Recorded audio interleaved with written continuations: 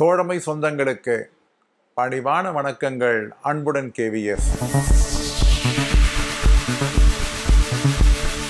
அஞ்சல் துறை 17/4/2025 அன்று பெண் ஊழியரை பயிற்சிக்கு அனுப்புவதை குறித்து ஒரு விளக்காணையினை வெளியிட்டிருக்கிறது.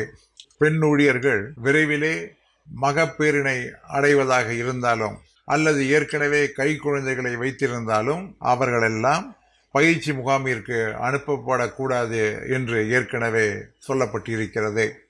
11/11/2003 ஆணையிலே ஒரு சரியான ஒரு கொள்கை முடிவெடுத்து இது அறிவிக்கப்பட்டிருக்கிறது. அதனால் எந்த பெண் ஊழியரும் ஃபேமிலி வெயிலே இருந்தால், அதாவது அவர்கள் கருவுற்றிருந்தால் அந்த காலத்திலே அல்லது அட்வான்ஸ்டு ஏஜ் ஆஃப் பிரெக்னன்சி பிரசவம் ஆகக்கூடிய நேரமாக இருந்தால் அல்லது சிறிய குழந்தைகளை கையிலே வைத்திருந்தால் அவர்களெல்லாம் எந்த விதமான பயிற்சிக்கும் அவர்கள் அனுப்பப்படக்கூடாது.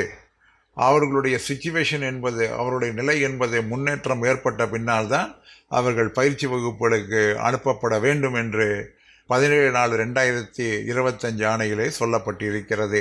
பெண் ஊழியருக்கு மிக முக்கியமாக இருக்கக்கூடிய ஒரு ஆணையாக இதை நாம் நிச்சயம் கருதிட வேண்டும் என்று கூறி முடிக்கின்றேன். மீண்டும் சந்திப்போம். அன்புடன் கேவிஎஸ்.